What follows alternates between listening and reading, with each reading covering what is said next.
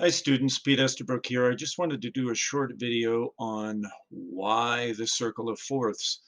Um, Usually students that are taking a jazz course for their first time or wanting to get into studying jazz a little bit, when I start talking about the circle of fourths, they're kind of mystified by that because they've never encountered the circle of fourths. It's usually the circle of fifths. Well, here's a little bit of information, friends. It's the same circle. It's if you travel counterclockwise around a circle of fifths, you get a circle of fourths. Likewise, if you travel counterclockwise around a circle of fourths, you get the circle of fifths. It's the same circle indicating the same information.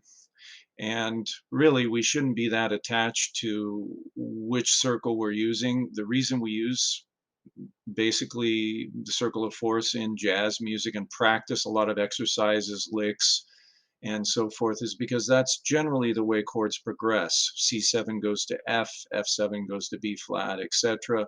And the 2-5-1 progression, which is key in any jazz tune, C minor 7 goes to F7, goes to B flat. If you notice, that's the first three increments in the circle of fourths. So we tend to think clockwise being normal, I suppose, and so that's why we use that.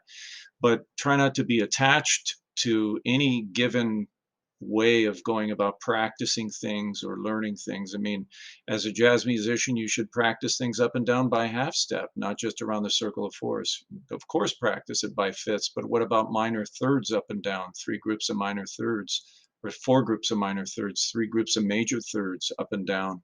How about whole steps up and down? So all of these things should be possibilities. Don't get too hung up on the small stuff of the mystery of why classical theory classes are focused on the circle of fifths.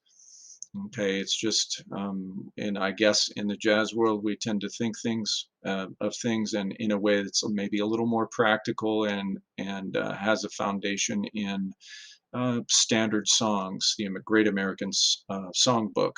So that's where we're sort of deriving our information and our theory, and hopefully that'll help put that in perspective. Take care.